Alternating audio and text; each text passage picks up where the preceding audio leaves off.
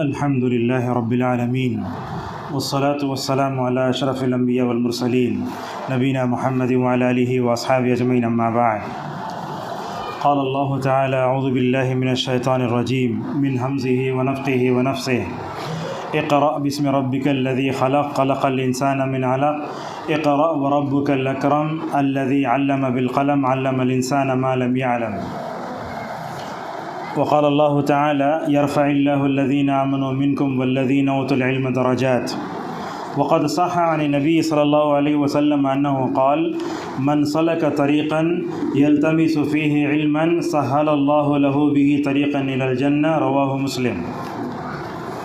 سب سے پہلے اللہ تبارک و تعالیٰ کا شکر ہے کہ اللہ تعالیٰ نے ہم سب کو کڑپا کی پیس اسلامک انٹرنیشنل اسکول میں حاضر ہونے کا موقع عنایت فرمایا۔ دوسرے میں یہاں کے جو ذمہ داران ہیں، اساتذہ، اسٹاف، معلمات کا بھی شکر گزار ہوں، اور امت کے جو نونہال بچے بچیاں ہمارے سامنے بیٹھے ہیں ان سب کا شکر گزار ہوں کہ آپ نے ہمارے استقبال میں یہ محفل سجائی۔ اللہ تبارک و تعالیٰ سے ہماری دعا ہے کہ اللہ نے جیسے ہم کو یہاں جمع فرمایا، جنت الفردوس میں ہم سب کو اپنے والدین، بہنوں، بھائیوں کے ساتھ مکمل جمع فرمائے۔ معزز اساتذہ، معلمات اور طلباء و طالبات، اس وقت میں ایک 15-20 منٹ میں ایک اہم موضوع سے متعلق کچھ باتیں آپ کے سامنے رکھوں گا۔ جو میں نے آیتیں پڑھی، اللہ تبارک و تعالیٰ نے اس میں تعلیم کی اہمیت کو اجاگر فرمایا۔ اللہ نے کہا اے محمد صلی اللہ علیہ وسلم اپنے رب کے نام سے پڑھو۔ یہ پہلی وحی ہے، آپ جانتے ہیں رسول اکرم صلی اللہ علیہ وسلم پر وہ غار حرا میں یہ آیتیں اتری ہیں، اور آپ جانتے ہیں جس ملک میں آپ رہتے ہیں ماشاءاللہ اس ملک کا جو پہلا ایجوکیشن منسٹر ہے وہ ابوالکلام آزاد رحمہ اللہ ہے۔ یہ ہمارے لیے بڑے فخر کی بات ہے، مگر افسوس کی بات یہ ہے کہ آج مسلمان تعلیم کے میدان میں دلتوں سے بھی پیچھے ہے، جس کی وجہ سے ہم دیکھ رہے ہیں کہ مسلمانوں کے لیے اس ملک میں بڑی پریشانیاں آ رہی ہیں۔ تو میں یہ جو ہمارے مدارس ہیں یا اسکولس ہیں، یہ ہمارے دین کے قلعے ہیں۔ یہ بچوں کو بچپن میں مکتب میں جو تعلیم دی جاتی ہے وہ اصل میں پتھر میں لکیر کی طرح ہے۔ آپ جو یہ ماحول یہ پا رہے ہیں یہ بہت بڑی جو ہے اللہ تبارک و تعالیٰ کی طرف سے آپ کے لیے نعمت ہے، لہٰذا یہاں رہتے ہوئے اپنی روحانی تربیت پہ توجہ دیں اور ایسی تعلیم حاصل کریں جس کی وجہ سے آپ اللہ کو پہچان سکیں، رسول اکرم صلی اللہ علیہ وسلم کو پہچان سکیں۔ معزز طلباء و طالبات، ہندوستانی مسلمان اس وقت جس صورتحال سے گزر رہا ہے وہ کسی سے مخفی نہیں ہے۔ سوشل میڈیا میں چلے جاؤ، فیس بک میں جاؤ، واٹس ایپ میں جاؤ، کہیں بھی جاؤ، ہم دیکھ رہے ہیں کہ پورے ملک میں مسلمانوں اور دوسرے لوگوں کے درمیان میں نفرت کا ماحول پیدا کرنے کی ایک ناکام کوشش کی جا رہی ہے۔ آپ جانتے ہیں نا حالات کیسے ہیں مسلمانوں کے لیے، مسلمانوں کے وجود کو مٹانے کے لیے پوری کوششیں ہو رہی ہیں۔ یہ نفرت جو کبھی بازار میں تھی، کبھی ادھر ادھر تھی، بڑی بدقسمتی سے یہ ہو رہا ہے کہ یہ نفرت کا ماحول نعوذ باللہ اسکولوں میں پیدا کیا جا رہا ہے۔ میں نام لوں تو آپ کے سامنے اچھا نہیں ہوگا، حالات بھی صحیح نہیں ہیں۔ دیکھتے ہیں مسلمانوں کے اسکولوں میں کیسے حالات پیدا ہو رہے ہیں۔ یہ ماشاءاللہ یہ تو مسلمان اسلامک اسکول ہے، مینجمنٹ اچھا ہے، سب ہے۔ دیکھتے ہیں مسلمانوں کے بچے مختلف اسکولوں میں پڑھتے ہیں جہاں کا مینجمنٹ غیر مسلم ہے، کرسچن ہے۔ ایسے واقعات پیش آ رہے ہیں۔ آپ کو بتاؤں، ایک بچے کو کھڑا کیا گیا، اس کے بعد کیا کیا گیا، کلاس کے ہر بچے سے کہا گیا کہ وہ مسلم بچے کو تھپڑ مارے۔ یہ ویڈیو تو پورے سوشل میڈیا میں پھیلائی گئی۔ کیا حال ہوا ہوگا ایک مسلمان بچے کا؟ اس کا گناہ صرف یہ تھا کہ وہ مسلمان بچہ تھا، اس کو ہر ایک کلاس کا بچہ جاتا تھپڑ مارتا۔ اب یہ نفرت کا ماحول کیا ہو رہا ہے، اسکولوں میں پیدا کرنے کی کوشش ہو رہی ہے، اور اللہ تعالیٰ ان ٹیچروں کو ہدایت دے، بچوں کے ذہن کو کیسا اسپائل کر رہے ہیں۔ دیکھو، اگر کوئی مسلمان بچہ ہے تو اس سے کہا جا رہا ہے کہ تمہیں ہندوستان میں رہنے کا حق نہیں ہے، چلو پاکستان چلے جاؤ۔ اس طرح کے نعرے بھی لگائے جا رہے ہیں۔ کبھی کبھی ایسے بھی ہو رہا، ہم دیکھتے ہیں کہ مسلمان بچوں کو ٹارچر کرنے کی یہ پلاننگ کی جا رہی ہے، کبھی اللہ کو گالیاں دی جا رہی ہیں، کبھی رسول اکرم صلی اللہ علیہ وسلم کے خلاف اگل رہے ہیں۔ تو ان حالات میں ہمارے بچے بچیوں کا کیا رسپانسبلٹی ہونا چاہیے وہ میں آپ کے سامنے بتاتا ہوں۔ ماحول ایسے ہے تو ماشاءاللہ یہاں تو شاید سارے مسلمان ہیں، ایسے کتنے اسکولس ہیں جہاں غیر مسلم بچے بھی پڑھتے ہیں، جہاں کرسچن بھی ہیں، ہندو بھی سب پڑھتے ہیں۔ ایسے وقت میں ہماری ذمہ داری کیا بنتی ہے؟ پہلی ذمہ داری یہ بنتی ہے، دیکھو ہمارا رب اللہ رحمان ہے۔ نبی کریم صلی اللہ علیہ وسلم کو رحمت للعالمین بنا کے بھیجا گیا۔ اللہ رحمان ہے نا، رحیم ہے، نبی بھی کون ہے؟ رحمت للعالمین ہے۔ لہذا جب اللہ رحمان اور رحیم پر ایمان لاتے ہیں، ہمارے نبی بھی رسول اکرم صلی اللہ علیہ وسلم رحمت للعالمین ہیں، امت مسلمہ کو اس وقت سب سے بڑی ذمہ داری یہ ہے کہ وہ ساری دنیا والوں کے لیے پیکر رحمت بن جائے، یعنی ہمارا وجود دنیا والوں کے لیے رحیمانہ ہو، مشفقانہ ہو، ہمارا ہر ایک کے ساتھ سلوک اچھا ہونا چاہیے۔ دیکھو ہم جس ملک میں رہتے ہیں یہاں مسلمانوں کی آبادی تقریباً 18% ہے، غیر مسلم آبادی کتنی ہے؟ 82% ہے۔ ایسے وقت میں آپ کو بتاؤں، یہ دنیا میں جتنے لوگ ہیں حقیقت میں وہ رسول اکرم صلی اللہ علیہ وسلم کی امت ہیں۔ ہم مسلمانوں میں اور غیر مسلموں میں فرق اتنا ہے کہ ہم نبی پر ایمان لائے، اللہ پر ایمان لائے، کتاب پر ایمان لائے، رسول صلی اللہ علیہ وسلم کی تعلیمات کو اپنائے، مگر وہ لوگ کیا کریں؟ نہ نبی پر ایمان لائے نہ اللہ پر ایمان لائے۔ اس وجہ سے ہم ان کو کیا کہتے ہیں؟ وہ بولتے ہیں کہ وہ غیر مسلم ہیں۔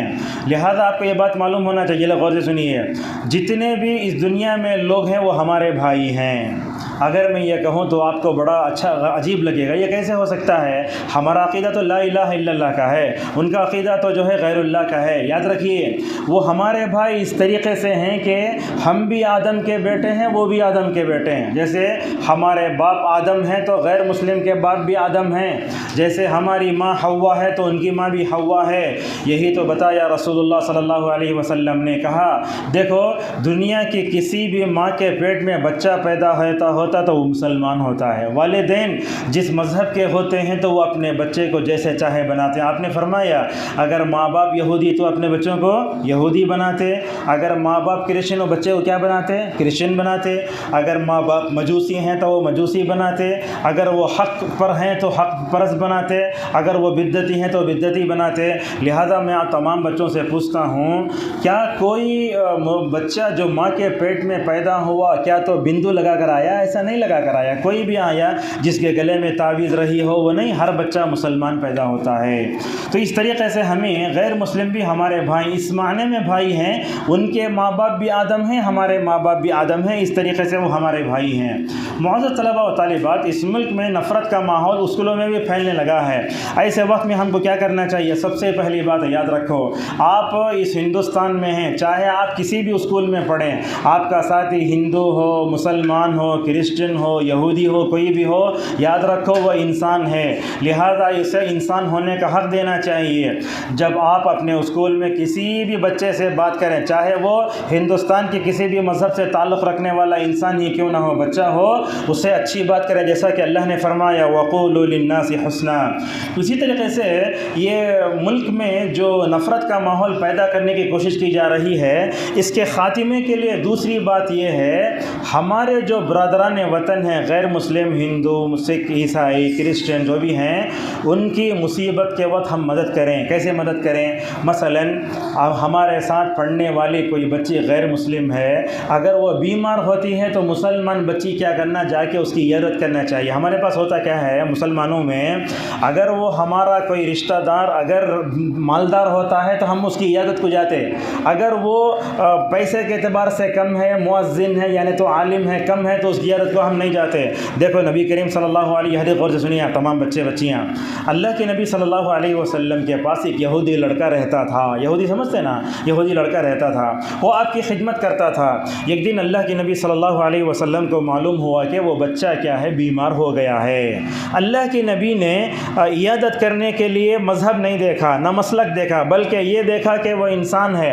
چنانچہ نبی کریم صلی اللہ علیہ وسلم اس بچے کی عیادت کے لیے چلے گئے، عیادت کے لیے گئے، جا کے خیرت پوچھا، کیا حال ہے پوچھا، تو دیکھا وہ بیٹا بیمار ہے تو اس کے سرانے باپ ہے۔ جیسے ہوتا نا اگر بچے بیمار ہو گئے تو سرانے ماں باپ بیٹھ کے اسے تسلی دیتے ہی رہتے ہیں، رات بھر بھی جاگتی ماشاءاللہ ماں اپنی بچے کے لیے۔ تو وہاں یہودی لڑکا بیمار ہے تو سرانے باپ بیٹھا ہے۔ اللہ کے نبی صلی اللہ علیہ وسلم دعوت کا کام کرنے کے لیے موقع کی تلاش میں رہتے ہیں۔ اور آپ کو یہ بات بتاتا ہوں، جب انسان بیمار ہوتا ہے تو دل نرم ہو جاتا ہے، سمجھتے نا، انسان بیمار آتا ہے تو بیماری انسان کے تکبر کو اور اس کے مستی کو توڑ دیتی ہے۔ اللہ کے نبی صلی اللہ علیہ وسلم نے اس لڑکے سے خیر پوچھنے کے بعد آپ نے کہا اے بچے تم مسلمان ہو جاؤ۔ دیکھو دل نرم ہے۔ اللہ کے نبی عیادت کرنے گئے، ایک یہودی لڑکی کی اگر مسلمان عیادت کرنے گیا تو اس کے دل پر کتنا اثر ہوتا معلوم۔ اللہ کے نبی صلی اللہ علیہ وسلم نے کہا کہ تم مسلمان ہو جاؤ۔ وہ بیٹا کیا کرنے لگا؟ باپ کی طرف دیکھنے لگا۔ باپ تو کون ہے؟ یعنی بیٹے کو تو باپ کی طرف دیکھتے ہیں نا، باپ کی طرف دیکھنے لگا۔ تو یہودی باپ کیا کہتا ہے؟ اے میرے بیٹے، اگر ابو القاسم، اللہ کے نبی کی کنیت یہ ابو القاسم اگر بولتے ہیں تو تم ماشاءاللہ ان کی دعوت پر لبیک کہو۔ دیکھو اللہ کے نبی یہودی سمجھتے نا، یہودی کون؟ اس زمین پر مسلمانوں کے سب سے پکے دشمن یہودی، جیسا کہ ہم کو معلوم ہے۔ اس کے باوجود بھی رسول اکرم صلی اللہ علیہ وسلم وہ بچہ اگر غلام جو ہے بیمار ہوتا ہے تو آپ اس کے پاس جاتے ہیں۔ یہ روایت تو بخاری میں ہے، رسول اکرم صلی اللہ علیہ وسلم نے اسلام پیش کیا تو وہ بچہ مسلمان ہو گیا۔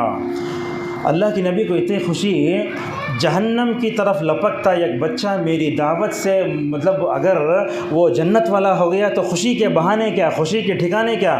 رسول اکرم صلی اللہ علیہ وسلم اس یہودی کے بچے کے پاس سے نکلتے ہیں تو نبی کی لب پر یہ دعا ہے، اللہ کے نہیں بولتے الحمدللہ الذی انقذہ بی من النار، تمام تعریفیں اس اللہ کے لیے ہیں کہ اللہ تعالیٰ نے میری وجہ سے اس بچے کو نار جہنم سے بچا لیا ہے۔ دیکھو یہاں تک بخاری مسلم میں ہے روایت۔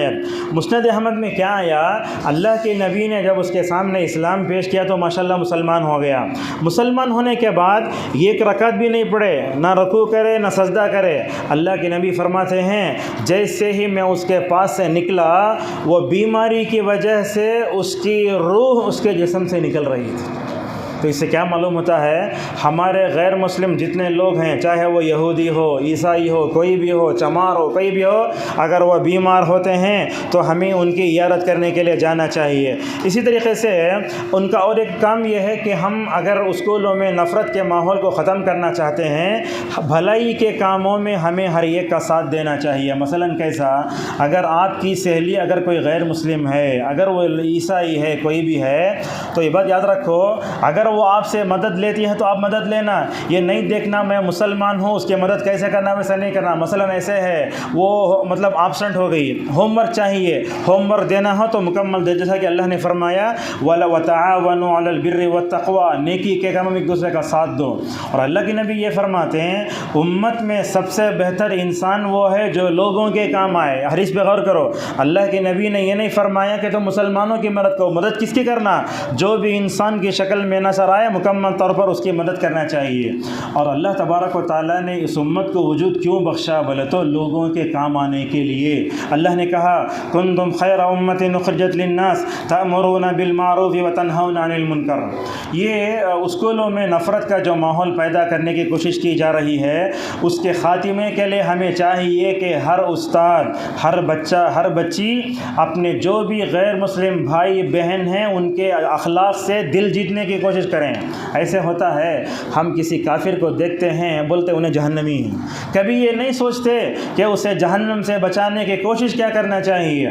لہٰذا ہمیں اپنے کیریکٹر کو اچھا بنانے کی ضرورت ہے۔ مثال کے طور پر آپ روڈ پر جا رہے ہیں، کوئی غیر مسلم آپ سے بولتا ذرا پانی پلاؤ، اگر آپ 10 روپے کا وہ پانی لے کر دے دیں گے تو ماشاءاللہ اس کے دل پر اتنا اچھا اثر ہوگا، آپ کے اخلاق سے متاثر ہو کر ماشاءاللہ وہ کفر کو چھوڑ کر اسلام میں بھی آ سکتا ہے۔ دیکھو اللہ نبی کریم صلی اللہ علیہ وسلم کی سیرت آپ جانتے ہیں، اللہ کے نبی صلی اللہ علیہ وسلم مکے میں تھے، سیرت پڑھے نا آپ لوگ، تو اللہ کے نبی کو 2 لقب دیے گئے، ایک لقب امین کا، دوسرا صادق کا۔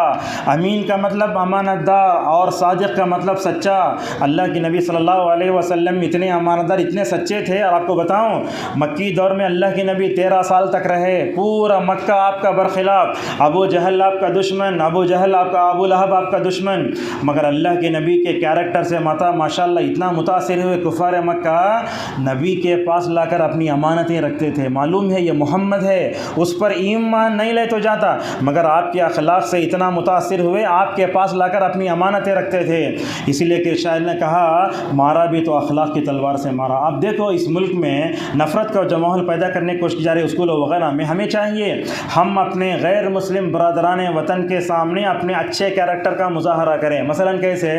آپ بس میں چڑھے آپ دیکھتے ہیں کہ غیر مسلم بڈھی اسے کھڑنے سے نہیں ہو رہا ہے، حضر رہی انہیں، آپ آرام سے بیٹھے ہوئے، تو آپ کیا کرنا، آپ کے ایمان اور اخلاق کا تقاضا یہ ہے کہ آپ اٹھ کے اس کو جگہ دینا۔ جیسے ہی وہ بیٹھے گی اس کے دل میں یہ آئے گا اسلام اور مسلمان ماشاءاللہ اس روئے زمین پر سب سے اچھے ہیں، وہ ہو سکتا ہے آپ کے اچھے کیریکٹر سے متاثر ہو کر ماشاءاللہ وہ مکمل طور پر اسلام میں بھی داخل ہو سکتی ہے۔ آپ کو یہی معلوم ہوگا اللہ کے نبی صلی اللہ علیہ وسلم مکے سے نکلے نا ہجرت کر کے، اس موقع پر آپ نے کیا کیا، حضرت علی رضی اللہ عنہ کو بلایا، کہا علی میرے بستر پر سو جاؤ۔ آپ جب نکل رہے تھے تو آپ نے علی سے فرمایا اے علی میرے پاس سرداران قریش نے مکے کے رہنے والوں نے امانتیں رکھی ہیں، لہذا تم جا کر اعلان کرو جس کی امانت ہے واپس لے کر چلے جاؤ۔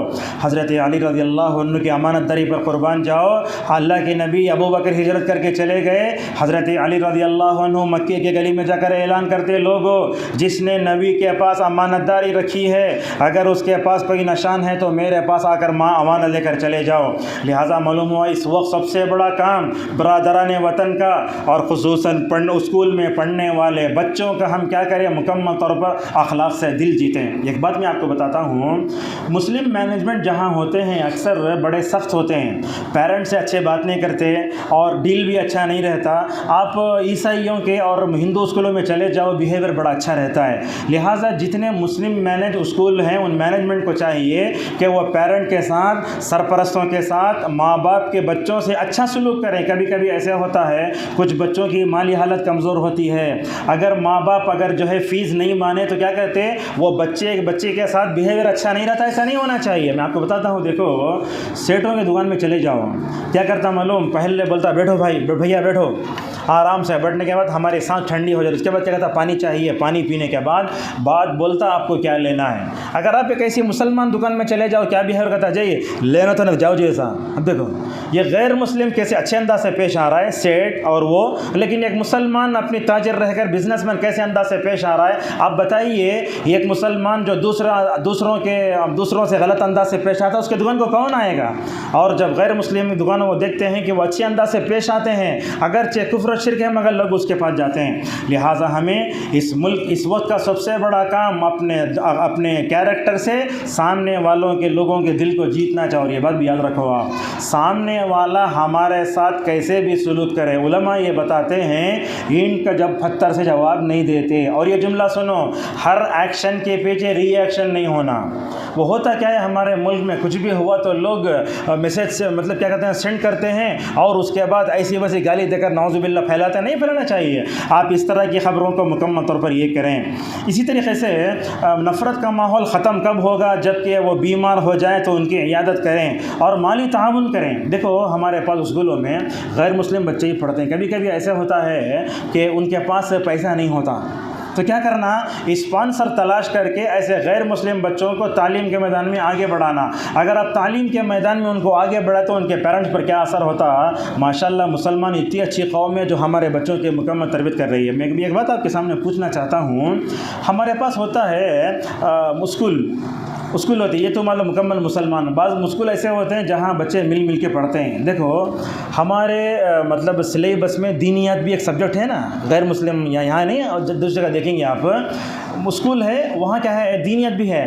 تو ایسا ہونا چاہیے کہ ہم غیر مسلموں کو اسلام پڑھانے کے لیے کوئی سلیبس بنائیں۔ اگر ہم ایسا رکھ کے پڑھاتے ہیں تو اگر بتاؤ تو کہاں ایسے ہوا کہ ہمارے سلیبس کی وجہ سے، اخلاق کی وجہ سے لوگ مسلمان ہو جائیں۔ لہٰذا ان کا مالی تعاون کریں اور اسی طریقے سے یہ نفرت کا ماحول پیدا کرنے کے لیے ان کے مسائل کو حل کریں اور اسی طریقے سے صبر سے کام لیں۔ اب ایک بچے کو مار دیا گیا، ایک بچے کے خلاف نفرت کا ماحول پیدا کیا گیا، اگر جا کر ری ایکشن لیں گے تو مسئلہ کیا ہوگا، بڑا ہوگا۔ اسی لیے ابوالکلام آزاد رحمہ اللہ بہت بڑے عالم تھے، ان سے جا کر پوچھے کیا لوگ آپ کے خلاف بولتے رہتے ہیں پھر بھی آپ خاموش ہیں؟ تو کیا جملہ بولے، دیکھو اگر میں دشمن کی بات کی طرف توجہ دیا تو میں کام نہیں کر سکتا، اگر دشمن کے اعتراض کو اگر میں بڑا کیا تو وہ بڑا بن جائے گا، لہٰذا کیئر نہیں کرنا چاہیے۔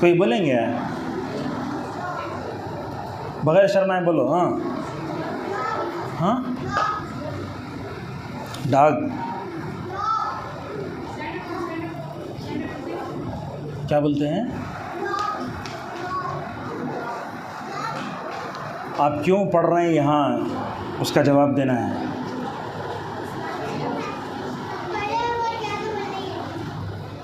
یاد رکھو یہ بات، دل میں رکھ لو. کیا ہے؟ آپ پڑھ رہے ہیں کیوں؟ اپنے رب کو پہچاننے کے لیے. کیا بولنا؟ اپنے رب کو پہچاننے کے لیے. اس لیے کہ قبر میں سب سے پہلا سوال کیا ہوتا؟ ہاں من ربک کا. اگر آپ یہاں اللہ کو پہچاننے کے لیے نہیں پڑھے تو قبر میں جواب دینا مشکل ہو جائے گا. لہٰذا کس کو پہچاننے کے لیے پڑھ رہے ہیں؟ اللہ کو پہچاننے کے لیے پڑھ رہے ہیں. اور اس کے بعد یہ جواب بھی دینا آپ کیوں پڑھ رہے ہیں بولے تو اللہ کی رضامندی کو حاصل کرنے کے لیے. آپ کیوں پڑھ رہے ہیں؟ جنت میں جانے کے لیے، رسول اکرم صلی اللہ علیہ وسلم سے محبت کرنے کے لیے. اور امام احمد سے پوچھے لوگ آپ کیوں پڑھتے ہیں تو کیا بولے؟ دیکھو اصل میں میرے اندر جو جہالت ہے وہ جہالت کو ختم کر کے باہر جا کر میں علم کی روشنی پھیلانا. آپ لوگ جو پڑھ رہے ہیں اس کا پڑھنے کا مقصد کیا؟ باہر جو لوگ جن کے پاس علم نہیں ہے ان کو علم کا نور دینا چاہیے، اس کے لیے پڑھنا چاہیے. اور علم کے حصول کے لیے کیا دعائیں پڑھنا چاہیے؟ رب زدنی علم. اور صبح اٹھتے ہی نبی کریم صلی اللہ علیہ وسلم ہر فجر کی نماز کے بعد کیا دعا پڑھتے تھے؟ اللہم انی اسألک علما نافعا ورزقا طیبا وعملا متقبلا. اے اللہ میں تجھ سے نفع بخش علم کا سوال کرتا ہوں، پاکیزہ رزق کا سوال کرتا ہوں. اے اللہ میں تجھ سے ایسا سوال کرتا ہوں کہ جس کی وجہ سے میرا عمل قبول ہو جائے. لہٰذا آپ یہاں سے پڑھنا اور محنت لگا کے پڑھنا، اور کبھی بھی کیا نہیں کرنا؟ سستی نہیں کرنا. لیزی مین بولتے نا، وہ نہیں بننا چاہیے. اور سستی سے بچنے کے لیے کیا کرنا ہے اپنے آپ کو؟